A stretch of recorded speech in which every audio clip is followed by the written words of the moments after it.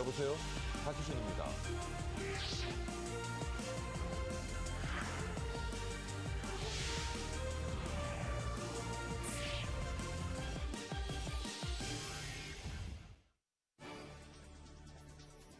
머니24 헤드라인입니다. 유로존의 지난해 12월 계절 조정 경산 수지가 139억 유로 흑자를 기록했습니다. 마리오 드라기 유럽중앙은행 총재가 유로와 환율을 정책 목표로 삼을 의사가 없다고 재차 강조했습니다. 유럽연합이 북한의 핵실험 강행에 따른 광범위한 대북 추가 제재에 합의했습니다.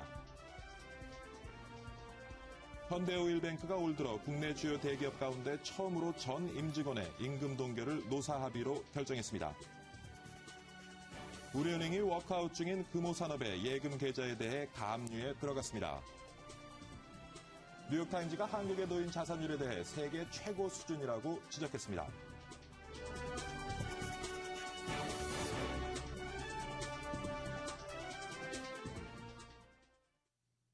네, 박희준의 여보세요 2월 19일 화요일 2부 시작하도록 하겠습니다. 새 정부 경제수장 후보자들에게 거는 기대가 매우 높습니다. 과연 경제가 살아날 수 있을지, 부동산 시장의 활성화 과제를 이뤄낼 수 있을지, 과연 여러분의 평가는 어떠십니까? 잠시 후 내용 집중 분석해 보도록 하겠습니다. 그리고 여러분의 직장 생활은 어떠신지요? 과연 일하기 좋은 직장이란 어떤 곳인지 한 연구기관에서 일하기 좋은 직장을 선정 발표해서 관심을 모으고 있습니다. 잠시 후 행복을 주는 일터에 대한 얘기 나눠보도록 하겠습니다. 2부에서도 먼저 글로벌 마감 시황부터 살펴보고 갑니다. 김하빈 시황 캐스터가 준비하고 있습니다. 김하빈 캐스터. 시황센터입니다. 유럽 주요국 증시는 미국이 대통령의 날로 휴장한 가운데 혼조세로 마감했는데요. 이날 유럽 증시는 전반적으로 거래량이 적었고요. 소폭 하락 출발했던 독일 증시는 기업 실적이 개선되었다는 소식에 상승 반전에 성공했는데요. 장 초반부터 부진한 흐름을 보였던 영국 증시는 반전 없이 장을 마쳤습니다. 한편 프랑스 증시에서는 구조조정 계획안을 발표한 나틱시스 은행이 시티그룹의 투자 의견 상향 조정에 20%가 넘는 급등세를 보였고요. 금융주들도 덩달아 강세를 보였습니다. 유럽 증시 마감 지수 살펴보겠습니다. 영국 FTSE 지수 0.16% 하락한 6,318선에서 거래 마쳤고요. 독일 닥스 지수입니다. 0.46% 상승한 7,628선에서 장 마쳤습니다. 프랑스 CAC 지수도 0.18% 오른 3,667선에서 거래 마쳤습니다. 네, 아시아도 마감 상황 점검해 보겠습니다. 어제 아시아 주요국 증시 희비가 엇갈렸습니다. 일본 증시는 지난주 열린 주요 20개국 재무장관 회의에서 엔화 약세에 대한 직접적인 언급이 없던 것이 호재로 작용했는데요. 이로 인해 엔화 약세가 다시 불거지며 수출주와 금융주도 동반 상승했고요. 게임 업체인 닌텐도와 그리도 3%가 넘는 급등세를 보였습니다. 또한 엔달러 환율은 장준 94엔까지 오르기도 했습니다. 한편 연휴가 끝나고 다시 열린 중국 증시는 등락을 거듭하다 결국 하락했는데요. 연휴 기간 동안 소매 판매가 감소하면서 관련주들이 증시를 끌어내렸습니다. 또한 미국 월마트의 매출량 급감 소식도 하락을 부추겼고요. 월마트의 장난감과 의류를 납품하는 홍콩의 리엠펑도 1.37% 하락했습니다. 아시아 증시 자세한 마감 지수 보겠습니다. 일본 니케이 지수 2% 넘게 올랐습니다. 11,407선에서 장 마쳤고요. 중국 상해 종합 지수는 0.45% 하락한 2,421선에서 거래 마쳤습니다. 네, 홍콩 항생 지수 0.27% 하락했습니다. 23,381선에서 장 마쳤습니다. 네, 환율도 알아보겠습니다. 어제 외환시장에서 원달러 환율 5거래일 만에 올랐는데요. 네, 3.2원 올랐고요. 1,081원 50전에 거래 마쳤습니다. 지금까지 시황센터였습니다. 네, 김하빈 캐스터 수고 많았습니다. 지수 중심으로 글로벌 마감 시황 살펴봤고요. 이번에는 머니국의 유재준 기자 전화 연결해서 관련 내용 자세히 한번 분석해 보도록 하겠습니다. 유재준 기자. 네, 머니국입니다. 오늘 뉴욕 증시는 대통령의 날로 휴장했습니다. 미국은 초대 대통령인 조지 워싱턴의 생일과 16대 대통령 에이브러엄 링컨의 생일을 기념해 매년 2월 셋째 주 월요일을 휴일로 지정했습니다. 뉴욕 증시는 이렇게 대통령의 날로 하루 휴장되면서 쉬어가는 흐름이 될 것으로 보입니다. 먼저 시퀘스터 발동 시기가 2주 앞으로 다가온 가운데 또 연장될 수 있을지 주목되고 있습니다. 일주일여 앞으로 다가온 이탈리아 총선도 한 치 앞을 내다볼 수 없는 상황이어서 이번 주 내내 유럽 증시에 부담을 안겨줄 것으로 전망되고 있습니다. 다시 개장하는 19일에는 대래 실적 발표 등이 예고되고 있습니다. 한편 유럽 증시는 거래량이 저조한 가운데 은행과 광산주 약세 속에 하락 마감했습니다. 독일 닥스 지수는 0.46% 올랐고 프랑스 카크 지수도 0.18% 상승하며 거래를 마쳤습니다. 하지만 영국 풋세 지수는 0.16% 하락했고 유럽 대표 지수 스톡스도 지난 주말 대비 0.2% 떨어지면서 마감했습니다. 오늘은 뉴욕 증시가 공휴일인 대통령의 날로 휴장하면서 전반적으로 거래가 한산한 모습을 보였습니다. 게다가 스페인 방코 산탄데르가 1.4% 하락하는 등 은행주가 약세를 나타냈습니다. 광산주 역시 약세였는데 금값 하락세 속에 리오틴토가 1% 넘게 빠져 지수 하락을 부추겼습니다. 또 남아프리카 광산에서 노조원들 간 마찰 소식에 아프리칸 페리골드가 4% 떨어졌고 앵글로 아메리칸이 3% 내렸습니다. 블룸버그 통신에 따르면 오늘 거래량은 지난 30일간 하루 평균치의 46%에 그쳐 투자자들의 관망세를 방증했습니다. 이상 글로벌 마감시황이었습니다. 네, 유재준 기자 수고 많았습니다. 다음 소식입니다. 유로존의 지난해 12월 계절 조절 경상 수지가 139억 유로로 흑자를 기록했습니다. 이는 다우존스가 집계한 전문가 예상치 115억 유로 흑자를 웃돈 것으로 유로존 창설 이래 월간 최고치였던 11월 기록에서 소폭 줄어든 수치입니다. 유로존의 지난 한 해 경상 수지 흑자는 유로존 역내 총 생산의 11.2%가량에 달하며 1,161억 유로이며 전년에 89억 유로 대비 1,300% 이상 급증한 것입니다. 마리오 드라기 유럽중앙은행 총재가 유로 환율을 정책 목표로 삼을 의사가 없다고 재차 강조했습니다. 드라기 총재는 유로 환율이 인플레이션 전망을 평가하는 데 중요한 요소지만 정책 목표에는 해당하지 않는다고 밝혔습니다. 드라기 총재는 또 유로존의 연간 인플레이션이 계속해서 완만해지고 있다며 10월 2.5%에서 11월, 12월 2.2%, 1월 2.0%로 낮아진 인플레이션율이 조만간 2%를 밑돌 것이라고 전망했습니다. 세계화 문제의 대가인 데니 로드릭 하버드대 교수 등 세계 주요 석학들이 서울에 모입니다. 올해로 3회째를 맞는 MBN 포럼에 참석하기 위해서인데요. 위대한 선택, 박근혜 정부가 가야 할 길을 주제로 열리는 이번 포럼을 이나연 기자가 미리 살펴봤습니다. 북한의 핵실험과 함께 미궁에 빠져버린 동북아 정세. The UN Security Council must and will deliver a swift, credible, and strong response by way of a Security Council resolution. 일본발 글로벌 환율 전쟁은 우리 경제의 발목을 잡고 있습니다. 오는 25일 출범하는 박근혜 정부에 가야 할 길이 만만치 않은 상황.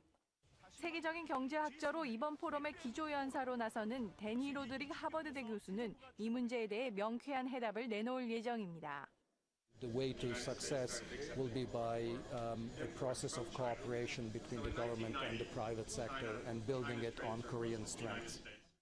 이어 진행되는 주제별 세션. 새 정치 시스템과 동북아 평화, 세계 경제 돌파구 등 세계를 이끌어가는 각 분야 리더들이 대한민국을 둘러싼 대내외 현실을 진단합니다. MBN 포럼에 꽂힌 멘토링 세션에서는 아프리카 여성 경제학자 담비사 모요와 창업 전문가 크리스 길라보 등이 진솔한 대화에 나섭니다. 서울 소공동 롯데호텔에서 열리는 MBN 포럼 2013은 협력과 균형의 새로운 리더십을 제시하는 의미 있는 시간이 될 전망입니다. 엠머니에서는 개회식과 데니 로드릭 하버드대 교수의 기조연설을 생중계합니다. 엠머니 이나연입니다. 유럽연합이 북한의 핵실험 강행에 따른 광범위한 대북 추가 제재에 합의했습니다. EU 27개국은 브뤼셀에서 열린 재무장관 회의에서 북한에 대해 금융과 무역 제재, 자산 동결, 여행 제한 조치 등 광범위하고 강력한 제재 방안에 합의했다고 EU 외교관들이 밝혔습니다. EU는 이미 북한에 대해 무기와 핵 관련 기술 수출 금지, 사치품, 금수 등의 추가 조치를 가해왔으며 이번 제재에는 유엔 차원에서 승인된 개별 제재와 EU 자체의 금융무역 제재 방안이 포함됐습니다. 스페인 은행권의 부실 여신 비중이 2년 만에 처음으로 감소하며 사상 최고 수준에서 한 걸음 물러섰습니다. 스페인 중앙은행이 발표한 자료에 따르면 지난해 12월에 현지 은행들의 부실 여신이 전체 대출에서 차지하는 비중은 10.4%로 사상 최고 수준을 기록한 11월에 11.4%에 비해 줄어들었습니다. 이는 스페인 정부가 2012년 말 시작한 배드뱅크 정책이 효과를 거두고 있는 것으로 풀이됩니다. 어린 나이에 미국으로 건너가 벤처 신화를 이룩한 김종은 미래창조과학부 장관 내정자. 도전하는 마음으로 귀국했다며 소감을 밝혔죠. 박 당선인과의 첫 인연과 미국 시민권까지 포기하며 장관직에 임하는 각오는 무엇인지 직접 한번 들어봤습니다. 미래창조과학부 장관 내정자 김종훈.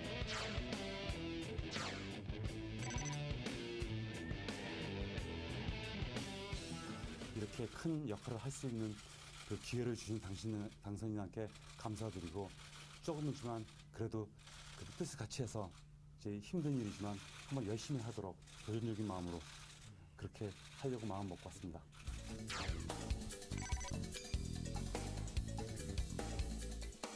처음에 만나게 된 거는 2007년도인가 하버드 대학이랑 스탠포드 대학의 같이 공동으로 한 그 프리벤티브 디펜스 프로젝트가 있었는데 제가 그 참가원 한 명으로 한국에 와서 그때 대통령 출마하시는 모든 분들을 우리 팀이 다 만나서 만난 적이 있는데 그때도 제 후보였었죠. 그때 같이 만나서 저녁 식사를 한 적이 있습니다. 그때부터 만나가지고 뭐 많이는 안 만났지만 몇 번 지난 5년간에 만나서 이렇게 자문하실 적에 여러 가지 뭐 경제, 정치, 사회, 그다음에 이 테크놀로지 쪽에 대해서 의논하시고 거기에 대해서 제가 조언을 해드렸습니다.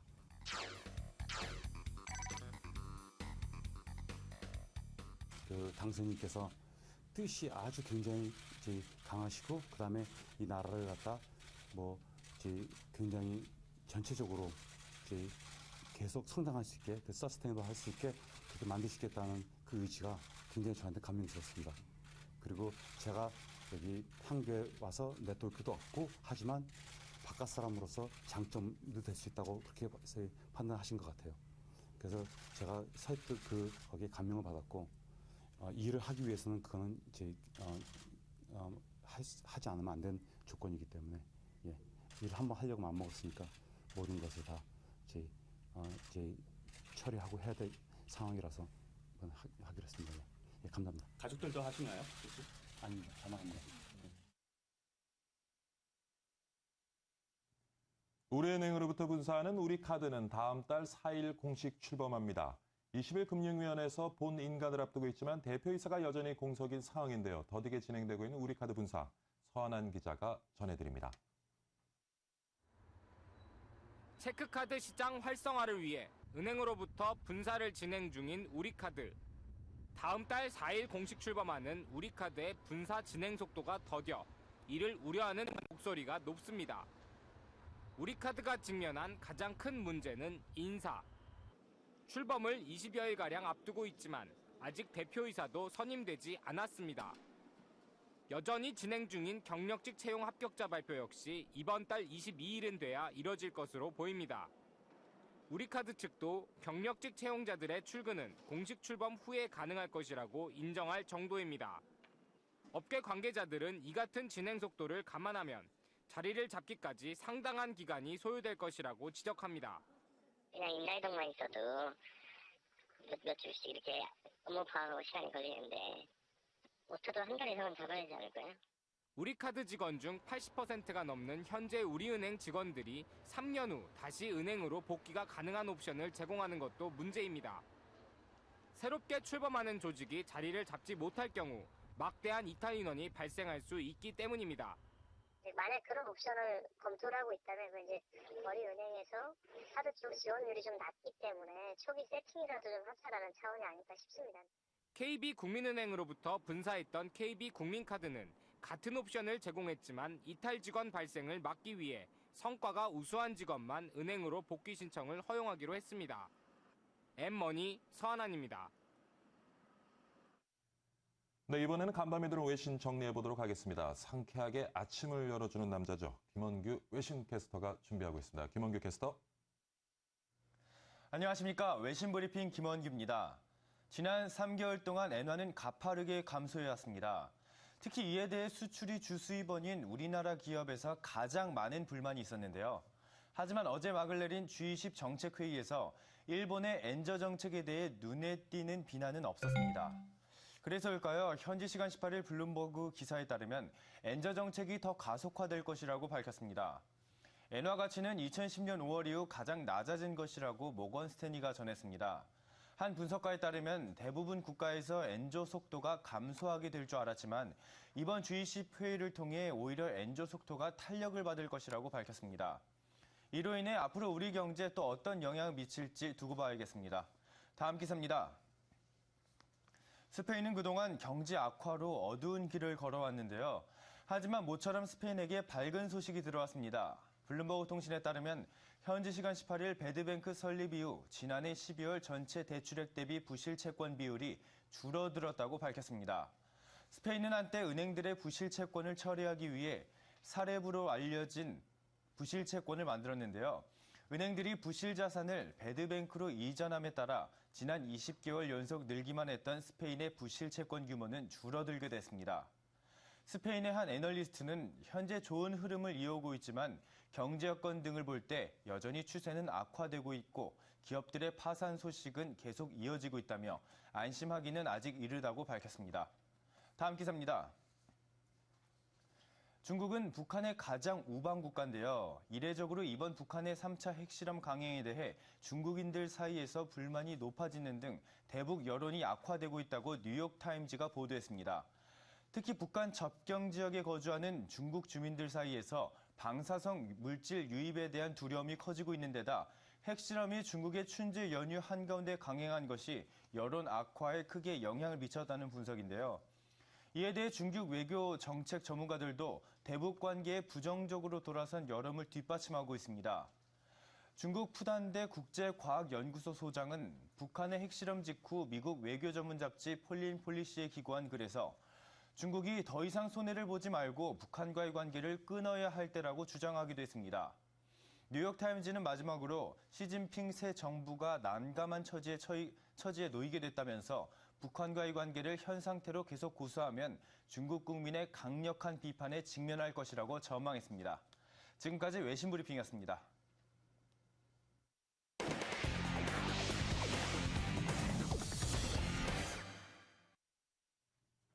자, 이번에는 집중 관찰 시간입니다. 오늘 종목은요, 기업은행입니다. 오늘은 동양증권의 박진희 차장과 함께 기업은행이 최근 어떤 이슈를 가지고 있는지 집중 분석해 보고요. 앞으로의 전망과 투자 전략까지 한번 살펴보도록 하겠습니다. 안녕하십니까, 차장님? 네, 안녕하세요. 네, 기업은행 최근에 어떤 이슈를 가지고 있는지 좀 짚어봐 주시죠. 네, 사실 은행업 전반적으로 지난번에 금리 동결을 하면서 추가적인 하락보다는 반등을 조금씩은 이어가고 있는 모습을 보실 수가 있겠는데요. 기업은행 같은 경우는 일반 그냥 은행이라기보다는 물론 일반인들도 거래를 하긴 하지만 중소기업 여신이라든지 이런 부분에 좀 더 많이 집중을 할 수 있는 그런 은행입니다. 사실 이번 새로운 정부가 경제정책의 변화를 보면 아시다시피 대기업보다는 중소기업 지향적인 그런 부분을 좀 주도 많이 하고 있기 때문에 기업은행이 이런 중소기업과 관련된 기업 여신이 좀 더 많이 늘어날 것으로 최근에 좀 기대가 되면서 부각이 되고 있는 상황이고요. 또한 이제 민영화가 조금 더 연기될 가능성 이런 부분들이 제기가 되면서 단기적인 수급 부분에 있어서도 어느 정도 좀 악재가 좀 수그러들었다라는 평가를 받고 있는 상황입니다. 네, 기업은행 최근에 호재들을 많이 가지고 있는 것 같은데 시장에서 수급 상황은 좀 어떻습니까? 네, 수급은 사실 외국인과 개인은 계속적으로 매도를 하고 있고요. 기관이 공격적으로 매수를 많이 해주고 있습니다.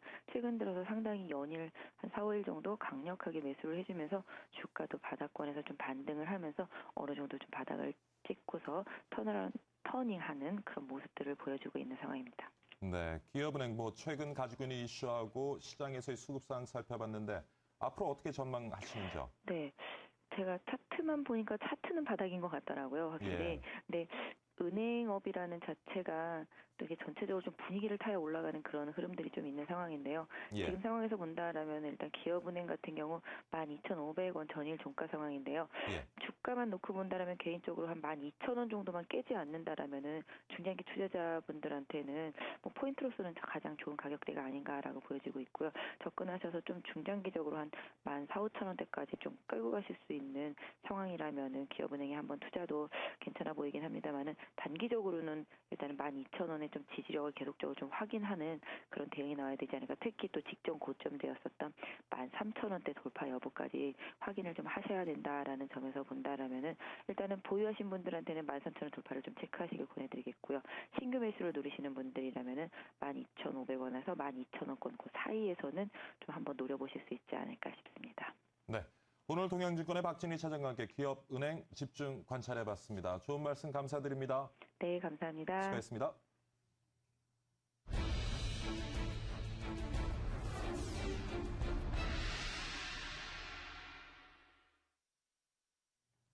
네, 이슈 분석 시간입니다. 새 정부 경제장관 후보자들 명단이 발표되고 벌써 앞으로 펼쳐질 경제 정책에 대한 전망과 분석에 대한 다양한 이야기들이 쏟아져 나오고 있습니다. 기대의 목소리도 높은 것 같고요. 경제 수장들 어떤 특징을 가지고 있는지, 앞으로 불황의 늪을 탈출할 해결책은 가지고 있는지 오늘 집중 분석해 보도록 하겠습니다. 스튜디오에는 서한한 기자와 고려대학교의 오정근 교수 나와 계십니다. 안녕하십니까? 안녕하십니까? 안녕하십니까? 네.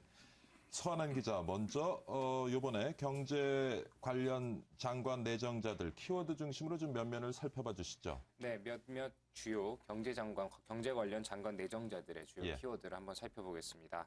먼저 현오석 기획재정부 겸 경제부총리를 한번 후보를 먼저 봐야 될 것 같은데요. 가장 중요한 키워드는 성장이라고 할 수 있을 것 같습니다. 성장 잠재력과 또 복지, 단기 금리 인하와 부동산 규제 완화에 관련된 키워드들을 주로 인터뷰에서 많이 얘기를 해왔습니다. 그리고 또 최근 방금 리포트도 나왔지만 김종훈 미래창조과학부 후보 내정자 같은 경우는 본인 출신답게 소프트웨어 또 서비스업 중심의 글로벌 중소기업 육성이라는 키워드를 던졌습니다. 그리고 친박계였지만 보건복지부 장관으로 이번에 가게 된 어떤 진영 후보 같은 경우는 복지 공약을 실천을 하면서도 공약 비용 135조 원을 넘지 않게 하겠다는 그런 인터뷰들을 그동안 쭉 진행을 해왔었습니다. 그리고 윤상직 산업통상자원부 장관 후보자는 중소기업 육성을 통한 일자리 창출을, 또 서승환 국토교통부 장관 후보자는 주택시장 정상화와 다주택자의 양도세 중과 반대, 또 이동필 농림축산부 장관 후보자는 농촌개발과 농촌복지, 또 제2의 새마을운동 등을 강조를 해왔고요. 방한남 고용노동부 장관 후보자는 일자리 창출과 상생노사관계, 또 연금 개혁 등에 대한 키워드들을 최근 1년간 언론 인터뷰에서 주로 코멘트해왔었습니다. 네. 자, 키워드 중심으로 경제장관 내정자들의 면면을 살펴봤는데요. 우리 앞으로 경제 정책의 방향 어떻게 보십니까? 이번에 선임된 후보들 몇몇을 보면은 예. 주로 시장주의 또는 규제 완화 예. 주의자들이 많습니다. 그래서 제가 보기에는 아마 좀 더, 물론 이제 박근혜 당선인의 주요한 정책 중 하나가 복지와 경제 민주화입니다. 그래서 제가 많은 부분들이 너무 한쪽으로 쏠리지 않을까 하는 그런 걱정을 하게 되었었는데, 이번에 경제팀의 면면을 보니까 성장과 복지가 좀 선순환을 이루는 그런 균형 감각 있는 정책을 하지 않을까 이런 생각이 들었습니다. 예. 이번에 시장에서 가장 관심을 갖고 있는 부분은 아마도 좀 국토교통부 장관 내정자 서승환 교수가 아닌가 싶은데, 지금 어떻게 경기 부양을 위해서는 부동산 시장의 활성화가 굉장히 필요하고요. 서승환 내정인이 가지고 있는 부동산 정책의 방향 한번 기자 짚어주시죠. 네, 그동안의 인터뷰나 이런 코멘터들을 좀 정리를 해보면 새 정부 주요 경제수장 후보자들의 잇따라서 중산층 복원과 함께 경제회복이라는 키워드를 말씀해 주신 대로 던지면서 이 핵심 수단 중에 하나가 부동산 정상화에 굉장히 관심이 쏠리고 있습니다.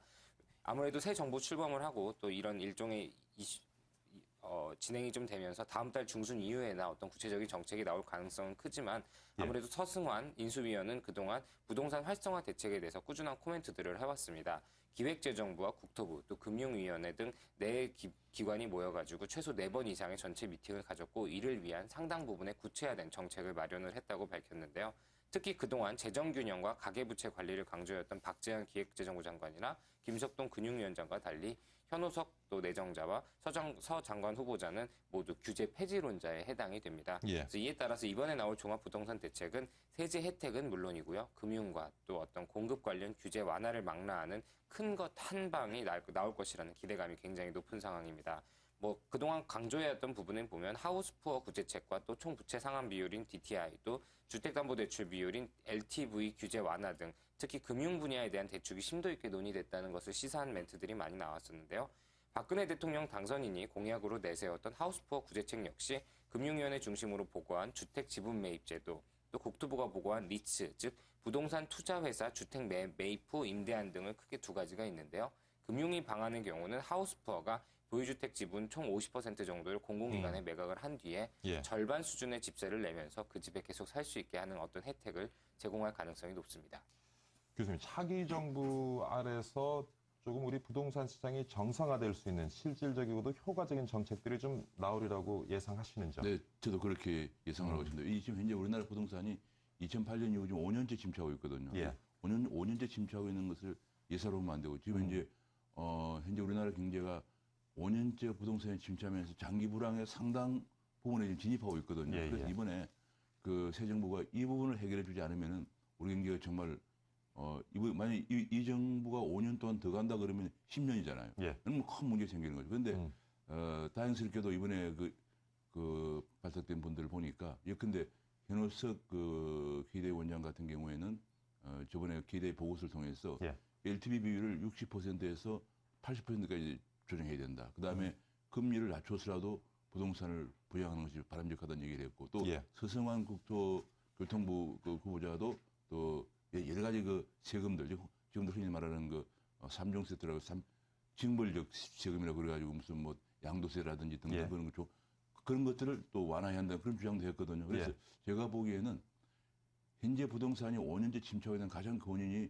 지난 노무현 정부 때 대거 도입된 그야말로 부동산 옥누력이 대못을 박아놓은 거거든요. 이 규제를 이번에 대폭 완화해 줌으로써 제가 보기에는 이게 뭐 그냥 미적미적해서는 안 되고요.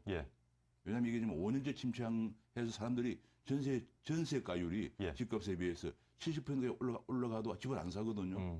지금 그런 문제는 집값이 앞으로 올라가지 않을 거라는 심리적인 문제가 크기 때문에 그 심리적인 문제를 하기 위해서는 상당히 강력한 충격요법이 있어야 돼요. 그러면 참여정부 때 마련된 여러 가지 규제를 철폐함으로써 부동산 시장을 정상화할 것이다라고 말씀을 하셨는데 아까 언급하신 그 양도세 중과 반대 입장도 있고요. 그 외에는 또 어떤 지금 현재 우리나라가 생각해 볼 수 있을까요? 부동산에 관해서 세 가지입니다. 크게는 이제 세금 문제입니다. 세금은 양도세, 종부세 뭐 그런 거죠. 그다음 재건축 부담금 증서 그건 조금 최근에 이제 당분간 2014년까지는 연계되었고요. 그다음에 이제 하나는 금융 문제입니다. 세금 다음에 금융은 이제 DTI와 LTV라고 그래가지고 DTI는 50%까지 소득 50%. 그다음에 LTV는 집값의 60%까지만 대출된다는 건데 그것도 이제 그게 또 이제 왜냐하면 근데 소득 같은 것도 퇴직한 사람들은 소득은 없지만은 자산은 많이 있거든요. 그 자산은 많이 있는데도 대출이 안 된다는 말이에요. 근데 그런 문제. 또 한 가지는 세 번째가 이제 규제입니다. 규제는 예컨대 뭐 재건축 같은 거 뭐 소형 주택 얼마 해야 한다. 그다음에 뭐 리모델링 하려면 뭐 상향 증축은 안 된다 등등 그런 분양가 상한제도 포함될 수 있겠죠. 각종 규제 물론 분양가 상한제. 그래서 세제와 금융과 규제 이 세 가지가 완전히 전방위적으로 부동산 시장을 옥누르고 있기 때문에 지금 안 되고 있는 거거든요. 그래서 그 부분을 취임 초기에 부동산 시장 활성화도 또 중요하지만 또 하나가 지금 하우스푸어 문제 굉장히 심각하거든요. 하우스푸어 문제를 해결하기 위해서 앞으로 국토교통부에서는 좀 어떤 방안들을 내놓을 것이라고 생각하시는지요? 일단 아무래도 다주택자 양도세 중과 또 종합부동산세 같은 어떤 주택 관련 반시장 규제를 많이 없애고 정부 개입을 최소화하는 쪽으로 방향을 잡을 것 같습니다. 뭐 교수님께서 정확하게 대부분 말씀을 해주셨지만 아무래도 단순히 부동산 시장은 부동산 시장만 놓고 봐야 되는 게 아니라 한국 경제를 전체를 이끌고 있는 금융과도 굉장히 관련성이 높습니다. 아무래도 한국 같은 경우는 전세나 또 어떤 매매 개입 과정에서 은행에 대출을 하는 비중이 굉장히 높고 거기에 묶인 돈이 굉장히 많기 때문에 실제로 뭐 국민은행 같은 경우도 관계자들의 발언들을 보면은 뭐 부동산 시장이 좀 활성화가 돼서 돈이 좀 선순환되는 구조가 돼야지만이 금융도 플러스 또 기업들까지 활성화되는 그런 게 있을 수 있다라는 게 있고 또 가처분 소득이라는 개념을 본다 그러면 사실 소비로 바로 연결을 시키려고 그러면 부동산에 따른 어떤 재산이 증가하면서 실질적으로 쓸 수 있는 금액 같은 게 좀 증가돼야 되거든요.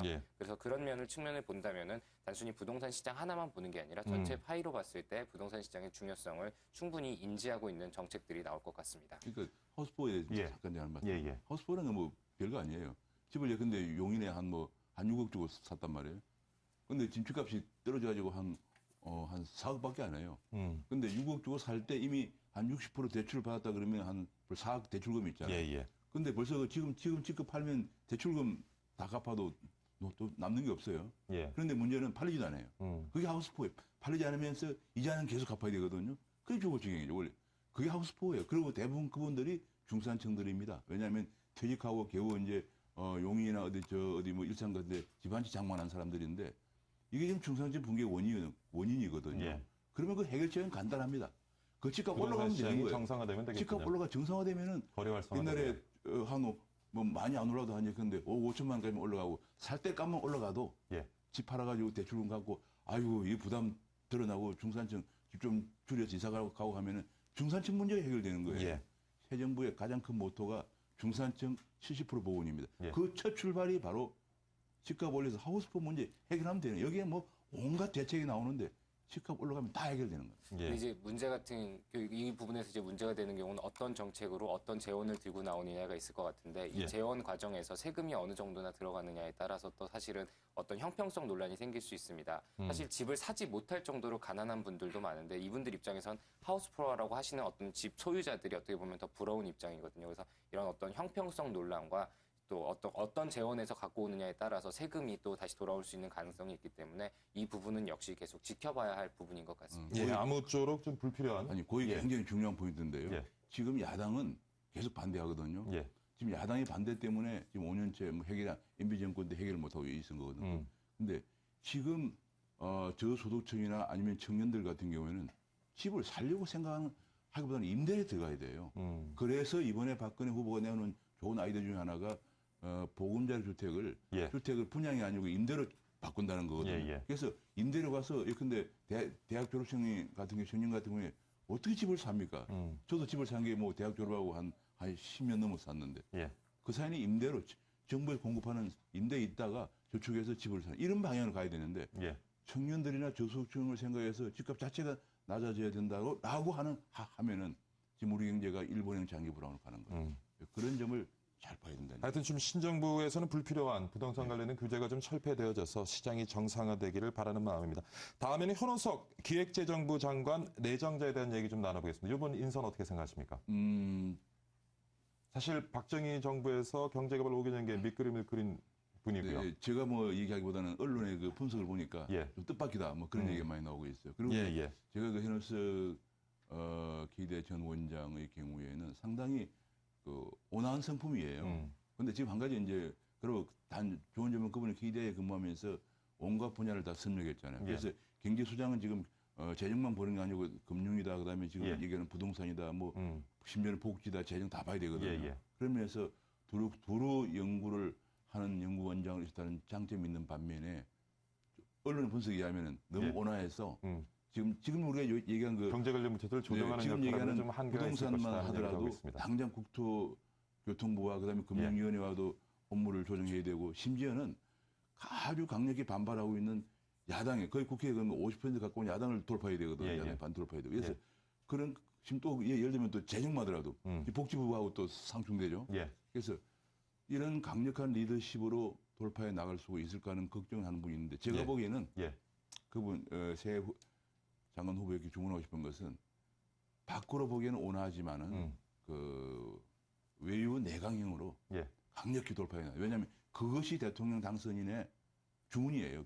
5년 만에 경기사령탑을 만든 주문이기 때문에 그렇게 해 나가야 된다. 이렇게 주문드리고 싶습니다. 자, 현우석 내정자가 기획부 수장으로 오면서 벌써부터 한국은행 금리 인하설이 나돌고 있습니다. 그러니까 현우석 내정자의 면면을 살펴보면 좀 성장에 중심을 두는 굉장히 경기 부양 정책을 선호하는 그런 경제 관료, 경제학자로 알려져 있는데 어떻게 보시는지요? 일단 뭐 아무래도 앞에서 교수님께서 말씀해 주셨다시피 박정희 전 대통령 시절 당시에 어떤 경제개발 5개년 계획을 주도를 했을 만큼 성장론자로 알려져 있습니다. 그러다 보니까 최근에 그 현 내정자가 등장을 하면서 금리를 인하하지 않겠냐는 어떤 다양한 의견들이 나오고 있습니다. 하지만 얼마 전에 한은 금통위는 대내외 경기가 회복되고 있는데 금리를 올릴 수 없다면서 동결 결정을 내린 바 있습니다. 뭐 일각에선 이를 두고 엇박자라는 분석을 좀 하고 있는데 개인적으로는 타이밍상 봤을 때 인선이 더 뒤에 이뤄졌기 때문에 엇박자라고 표현하는 것은 다만 좀 문제가 있는 것 같습니다. 실제로 뭐 여러 가지 경제 지표를 봤을 때 지금 당장 금리를 올릴 만한 상황은 아니라는 것이 금통위의 설명이고 다 뭐 출입 기자단의 분위기이기도 합니다. 하지만 가장 중요한 포인트를 보자면 한국은행은 한국은행의 본래 목적을 좀 봐야 될 것 같습니다. 원래 한국은행 건물 딱 1층에 들어가면 벽면에 붙어 있는 게 물가 안정이라는 키워드를 걸어놓고 있거든요. 근데 미국에서 FED 같은 경우가 좀 물가 안정과 경제 성장이라는 공통된 가치를 추구를 하면서 양적 완화를 내놓다 보니까 한국에서도 그럼 한국은행이 해야 되지 않겠냐라는 분위기가 좀 생긴 건 맞는데 본래 한국은행의 설립 자체 목적이 물가 안정인 점을 감안을 한다 그러면 금리 인하에 대한 가능성은 기재부 차원에서 어떤 고려할 문제지만 또 한국은행은 한국은행만의 어떤 컨트롤 타워의 어떤 역할을 가지고 이끌고 가야 된다고 생각을 합니다. 그런 면에서 뭐 하느니 조만간 추가적으로 한 번 정도의 금리 인하를 해서 회복세를 타고 가는 경제에 어떤 추가적인 탄력을 줄 것이다라는 전망들은 나오고 있지만은 한국은행은 한동안은 물가 안정이라는 본래의 어떤 취지를 추구해 갈 것으로 보입니다. 중요한 포인트인데 한국은행 목표 물가 안정이잖아요. 근데 문제는 물가 안정은 상한선만 지키는 게 아니에요. 하한선도 지켜야 돼요. 그럼 한국의 물가지 목표가 뭐냐? 2.5에서 3.5입니다. 근데 현재 물가 수준은 저번 달에 발표한 1.5입니다. 그러면 하한선을 못 지키고 있는 거죠. 현재 한국은행은 잘못하면 말이죠. 한국은행의 책무를 소홀히 했다는 비판을 받을 가능성이 있어요.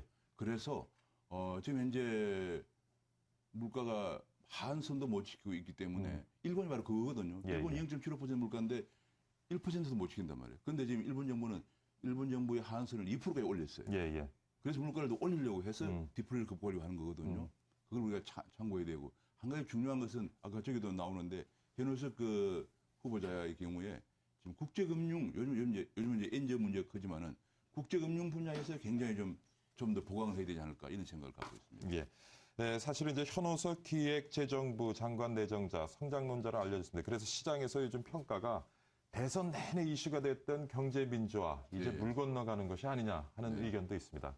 뭐 시간이 거의 다 된 것 같은데 간단하게 정리 좀 그 부분이 해주시죠. 이제 또 굉장히 중요한 건데 성장 잠재력 확충과 경제 민주화가 다소 상충되는 부분인데 제가 보기에는 박근혜 후보는 그 경제 민주화의 키워드를 공정거래 질서 확립에 두고 있거든요. 따라서 공정거래 질서가 확립되고 그걸 준수하는 대기업에 대해서는 규제 완화해줘도 괜찮다.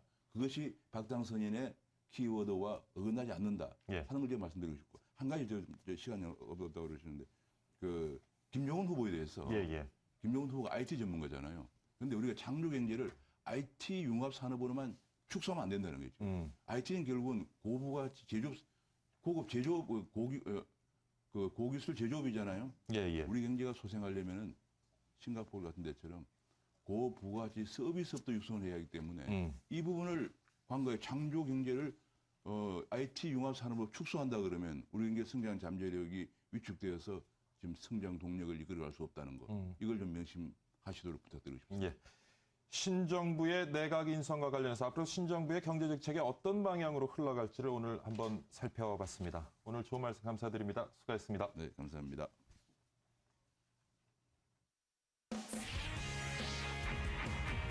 대한민국 최고의 명품 경제 프로그램 생방송 박기준의 여보세요. 자, 여러분은 직장 생활 만족하십니까? 지금도 뭐 억지로 출근하고 계신 분들도 있지 않으신지 모르겠습니다. 일하기 좋은 직장이란 어떤 곳일지 이에 대한 이색적인 조사 결과가 나와서 관심을 끌고 있습니다. 이 내용 한번 살펴보도록 하겠습니다. 에이온 휴잇의 김동철 전무 스튜디오에 나와 계십니다. 안녕하십니까? 안녕하십니까? 제가 회사 이름을 제대로 읽었는지 모르겠습니다. 네, 제대로 읽으셨어요. 한국 최고의 직장 선정, 올해 이제 6회째를 맡고 있다고 하는데 이렇게 일하기 좋은 직장을 선정해서 발표하시는 이유는 어디에 있습니까? 저희 회사의 이제 존재 이유 미션이라고 부르는 부분인데요. Making the world a better place to work. 세계를 보다 근무하기 좋은 곳으로 만들자라는 게 이제 저희 존재 이유고요. 우리나라에서도 이제 일하기 좋은 직장들이 많이 만들어질수록 저희의 이제 존재 이유와 맞닿아 있기 때문에 그래서 이 연구조사를 진행하고 있습니다. 자, 올해 선정된 2013 한국 최고의 직장 10대 기업부터 먼저 좀 소개를 해주시죠. 궁금한 분들 많으실 텐데요. 이번에 저희 에이온 휴잇이 2013 한국 최고의 직장 10대사를 선정을 했는데요. KB국민은행이 대상을 받으셨고요. 나머지 9개 사는 가나다 순이 되겠습니다. 인텔 코리아, JW 메리엇 호텔 서울, 존슨앤존슨 비전케어, KT, 퀄컴, 한국 맥도날드, 한미글로벌, 한화케미칼, 현대오일뱅크 이렇게 10개사가 선정이 됐고요. 또 특정 영역에서 굉장히 탁월한 이제 성과를 내신 세계사가 있습니다. 예를 들어 이제 여성이 근무하기 좋은 최고의 직장, Best Employer for Women이라고 부르는데요. 거기 이제 한화생명이 수상을 하셨고요. 그다음 이제 Y 세대, 제너레이션 Y가 근무하기 좋은 직장으로 FedEx 코리아, 마지막으로 직원들의 몰입에 관심을 많이 갖고 계신 최고의 직장으로 DHL 코리아가 선정이 되었습니다. 외국계 기업이 많이 들어가 있네요. 네, 보통은 이제 저희가 한국 기업 반 정도, 외국 기업 반 정도 이렇게 좀 잘 섞여 있고요. 또 사이즈로 보면 국내 대기업 반, 인위적으로 국내 기업과 외국계 기업을 섞여 갖다가 그렇게 적절히 구성하는 것은 아니고 그건 아닙니다. 네, 결과적으로 보면 그렇게 됩니다. 네. 근데 좋은 직장이라는 것이 뭐 고용 안정성이나 그다음에 높은 임금도 있겠지만 그런 것만으로 또 좋은 직장으로 선정되지는 않겠죠. 어떤 기준에 의해서 좋은 직장을 선정하시는지요? 저희가 굉장히 이제 많은 부분의 데이터를 검토를 하게 되는데요. 크게 보시면 이제 세 가지라고 보시면 됩니다. 첫 번째로는 저희 연구조사가 한국만 진행하는 것이 아니라 지난 2001년도 이후에 아시아 전역에서 진행을 동시에 하고 있습니다. 지난 12년간 최고의 직장 연구조사를 통해서 나왔던 공통된 특징들이 있습니다. 그것들을 첫 번째로 확인을 하고요. 이제 두 번째로는 인재관리의 어떤 수준, 효과성을 저희가 확인을 하게 됩니다. CEO의 경영 철학이나 인사 철학이 얼마나 인사 제도, 운영에 잘 이제 반영이 돼서 운영이 되고 있는지 그런 부분에 대해서 직원들이 얼마나 긍정적으로 평가하고 있는지 이제 이게 두 번째고요. 세 번째로는 이제 말씀드린 대로 이제 매출액 증가율이라든지 이익 증가율 이런 이제 지속적으로 경영 성과를 얼마나 잘 내고 있는지를 저희가 확인을 하게 됩니다. 올해의 한국 최고의 직장으로 선정된 10대 기업들을 아까 말씀을 해주셨는데 그 기업들이 가지고 있는 좀 공통점이 있다면 어떤 것이 있을까요? 네, 한 4가지 정도 저희가 확인을 하고 있는데요.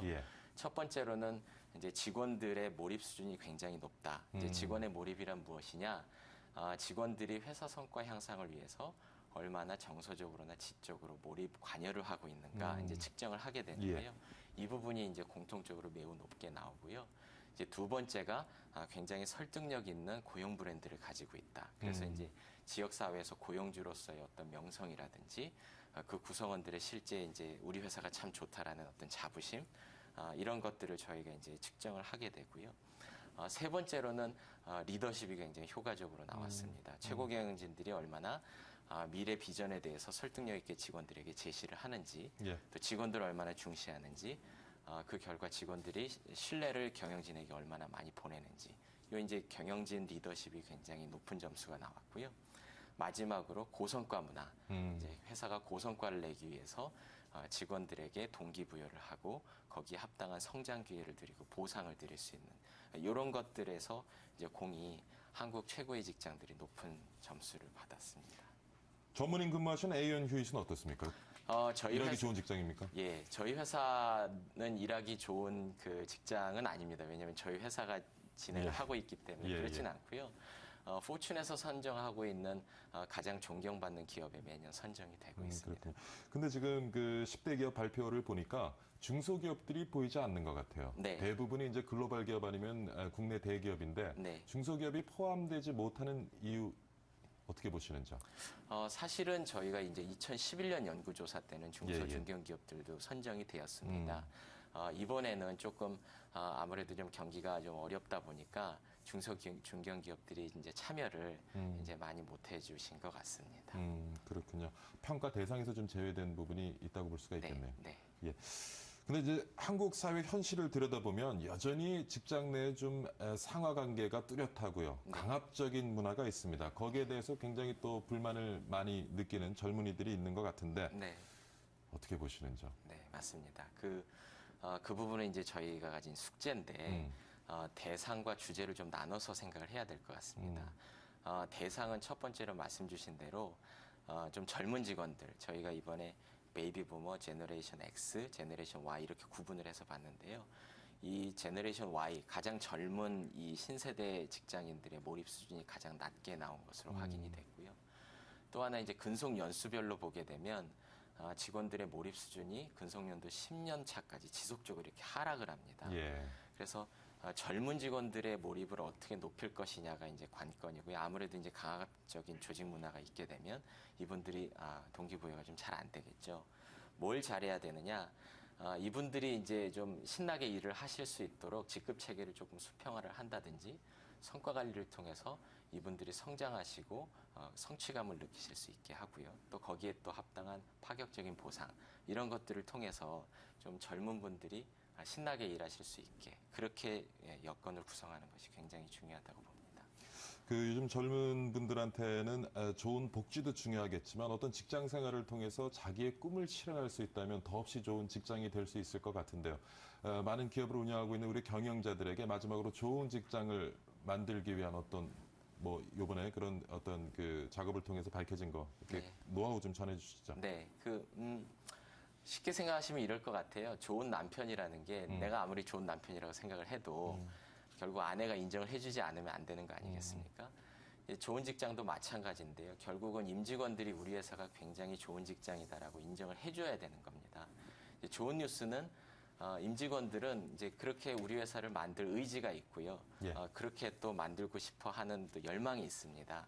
그래서 이게 1, 2년간의 이게 단기적인 시각보다는 좀 인내와 믿음을 가지고 좀 긴 호흡을 가지고 추진을 하게 되면 좋은 기업이 이제 최고의 직장, 베스트 임플로이어들이 될 수 있을 거라 생각을 하고요. 우리나라에서도 이런 베스트 임플로이어들이 많이 만들어졌으면 하는 바람입니다.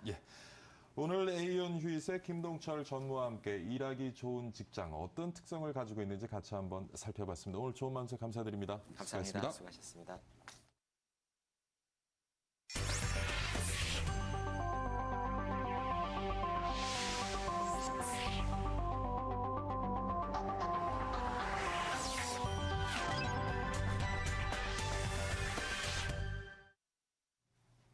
네, 지금 7시 43분 지나고 있습니다.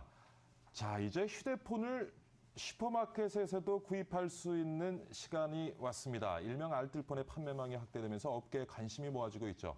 이제 주요 편의점에서는 알뜰폰 판매를 시작했습니다. 조만간 대형 슈퍼마켓이나 대형 마트에서도 알뜰폰 판매를 하게 되는 것 같습니다. 알뜰폰은 말 그대로 가격도 싸고요. 또 구매하기도 편한 장점 때문에 점점 아직은 미미합니다만은 점점 수요가 늘어나고 있는 것 같습니다. 과연 알뜰폰의 시대가 오는 것인지 오늘 전문가와 함께 얘기 나눠보도록 하겠습니다. 연세대학교의 이정우 교수 나와 계십니다. 안녕하십니까? 안녕하십니까? 먼저 알뜰폰이 무엇이고 또 알뜰폰을 사용하게 되면 얼마만큼 저렴한 통신요금을 혜택을 받을 수 있는지 좀 살펴봐 주시죠. 네.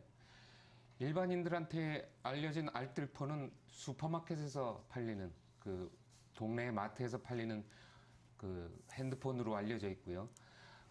그거를 싸게 팔 수 있는 이유는 다른 가격에는 있는데 두 가지가 있는데요. 하나는 단말기의 가격. 단말기의 가격은 지금 35,000원. 피처폰이라고 얘기하는 것들은 35,000원 정도. 35,000원이요. 무척 싼 가격이군요. 맞습니다. 스마트폰은 한 7만 원 정도. 7만 원이요. 그래서 GS25나 GS 슈퍼마켓은 이제 내일부터 판매가 될 예정이고요. 요금 이동통신에 있어서도 중요한 거는 매월 나가는 요금 아닙니까? 그래서 요금은 피처폰 같은 경우에는 기본료 4,500원에 초당 1.8원 정도고 스마트폰 같은 경우에는 아직까지는 지난번 브레킷 요금제를 아직도 가지고 있어서 한 13,500원 정도 얘기를 하고 있고요.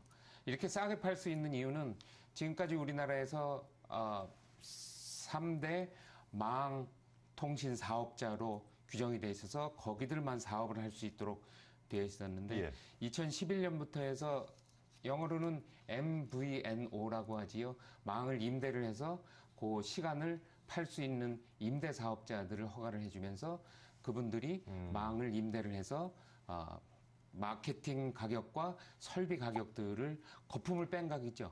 기존의 통신사들이 통신 서비스를 제공하는 것이 아니라 통신사들이 갖고 있는 망을 임대한 사업자들이 통신 서비스를 제공하는 모델이군요. 맞습니다. 그래서 요금을 저렴하게 할 수 있다고 광고를 하고 있습니다. 근데 우리 시청자분들 좀 혼란스러운 부분이 있는데 알뜰폰이라는 것이 있고요. 자급제폰이라는 것이 있는데 어떤 차이점이 있습니까? 네.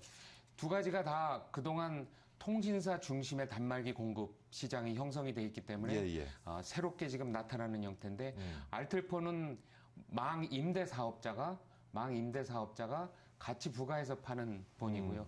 자급제라고 하는 거는 누구든지 어디 가서 어떤 전화기든지 사서 그걸 가지고 통신 사업자한테 가면 통신 사업자가 주는 유심이라고 하죠. 유심이라고 아이디가 붙어 있는 카드를 끼면 쓸 수 있는 걸 자급제폰이라고 해서 개념적으로 조금 다릅니다.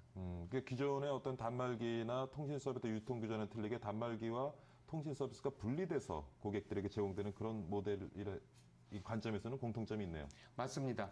분리를 시키는 목적은 이쪽 단말기 시장과 통신 시장에서 경쟁을 좀 강화시켜서 요금을 낮추고 단말기 가격도 낮추고 소비자 효용을 높이고자 하는 목표가 제일 큽니다. 근데 외국은 알뜰폰 시장, 자급제폰 시장 어느 정도 형성이 돼 있다고 들었는데 국내에서는 아직 그 시장이 아까 말씀하셨는데 이제 2011년에 알뜰폰이 시장에 등장을 했는데 아직까지도 좀 시장이 활성화되고 있지 못하는 이유 어디에서 우리가 찾을 수 있겠습니까? 제일 지금 현재 국제적으로 많이 활성화되어 있는 것으로 알려져 있는 곳은 영국. 그래서 알뜰폰 그쪽 용어로는 MVNO라고 하겠죠. 망임대로 쓰시는 분들이 20%가 넘는데 우리나라의 경우 이제 한 2% 정도, 100만이 조금 넘는 것으로 알려져 있습니다. 아직까지는 망 사업자들이 가지고 있는 판매망이라든가 서비스망, 그다음에 그와 관련돼서 사용자들이 원하시는 멤버십 시스템이나 아직까지 불편한 점들이 서비스 시스템에서 조금 남아있는 부분들이 있습니다. 멤버십 하기 어렵고요. 그다음에 해지할 때 대리점 찾기 어렵고요. 앞으로 문제가 풀리면 경쟁이 강화되면 소비자 효용은 높아지겠지만 지금 현재로는 시스템과 망의 문제가 걸려 있습니다. 지금 국내 근데 휴대폰 시장을 보면 고가 스마트폰 중심으로 휴대폰 시장이 형성되어져 있고요. 그러다 보니까 단말기 제조업체들도 그 시장에만 좀 집중을 해서 단말기를 생산하다 보니까 또 알뜰폰 시장이 좀 활성화되지 못하는 그런 이유도 있을 것 같은데 어떻게 보시는지요? 현재로는 사용자들 중심으로 이런 움직임들이 많이 나오고 있죠. 애플 아이폰이 시작을 해서 스마트폰의 가격이 지금 뭐 거의 90만 원에서 110만 원 사이로 형성이 되고 있는데 2년마다 한 번씩 스마트폰을 갈아야 되고 새로운 폰에 대한 디자인들이 나오기 시작을 하면서 소비자들의 부담들이 사실 커지는 게 입장이 크고요. 이런 것들을 소비자들이 이제 슬슬 느끼기 시작하고 인지하기 시작을 해서 중저가 쪽 스마트폰 세계 전체적으로 지금 움직임이 중저가 스마트폰 시장이 형성이 되고 있고요. 그런 면에서 우리나라도 중저가 스마트폰의 시장이 앞으로는 형성이 되고 알뜰폰과 자급제폰이 제도가 정착이 되면 많은 분들이 특히 젊은 층들, 절약을 해야 될 분들 또는 그리고 저 같은 경우도 스마트폰 기능만 해도 다 안 쓰거든요. 맞습니다. 일부 기능을 좀 값싸게 사용하기를 원하는 고객들한테는 좀 좋은 반응을 얻을 수 있겠네. 맞습니다. 근데 지금 시청자분들도 아마 알뜰폰 아까 단말기 가격 얘기하고 통신 서비스 가격 얘기했을 때 귀가 솔깃하실 텐데 어떤 생각이 드냐면 이게 싼 게 비지떡이 아닐까? 이게 통신 품질이 괜찮을까? 이런 생각이 통신 품질은 차이가 없습니까? 근본적으로 망을 같이 사용을 하기 때문에 걱정을 하셔야 될 거는 사실 통신 품질이 망에서 오는 것보다는 혹시라도 기기에 대한 걱정들이 더 많으실 텐데 기기는 아직까지 시장에서의 반응을 보면 부가 기능이라고 얘기한 부분들을 많이 줄인 것이고요. 그래서 실제적으로 통신 품질에 있어서는 아직까지 큰 컴플레인은 없는 것으로 알고 있습니다. 자, 통신비가 우리 생활비에서 차지하는 비중은 너무 크고요. 통신비의 어떤 생활비 비중을 줄이기 위해서는 좀 알뜰폰 시장이 활성화될 필요도 있을 텐데 뭐 시간이 좀 얼마 없습니다만 우리 정부가 가지고 있는 알뜰폰 시장의 활성화 지원 대책이 있으면 좀 소개를 해주시죠. 지금 현재 가장 이슈가 되고 있는 4G망이라고 하는 LTE에 있어서 다시 원래 얘기로 돌아가자면 도매를 해주는 망 사업자, 그 임대에 근거해서 하기 때문에 도매를 해주는 망 사업자들의 규제와 그분들이 그 도매해주는 망 사업자들이 얼마만하는 가격에 주느냐. 그래서 LTE 같은 경우에는 거의 같은 가격으로 판매가 되고 있어서 문제라서 알뜰폰 진흥법이 논의가 되고 있습니다. 통과가 되면 좀 나아질 것으로 알고 있습니다. 오늘 좋은 말씀 감사드립니다. 연세대학교 이정우 교수와 함께 활성화되고 있는 알뜰폰 시장에 대해서 살펴봤습니다. 네, 박기준의 여보세요. 오늘 준비한 내용은 여기까지입니다. 오늘 뭐 내용이 많아서 좀 숨차게 달려왔는데요. 오늘 날씨 좀 추워졌습니다. 옷차림 따뜻하게 하시고 출근하셔야 될 것 같습니다. 건강한 하루 보내시고요. 저는 내일 다시 건강한 모습으로 찾아뵙겠습니다. 시청해주신 여러분 정말 감사드립니다.